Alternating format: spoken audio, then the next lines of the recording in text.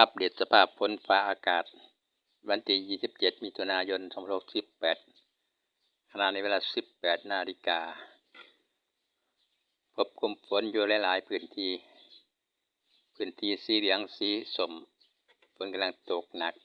แถวภาคกลางกรุงเทพมหานครและปริมณฑลสมุทรสาครสมุทรปราการ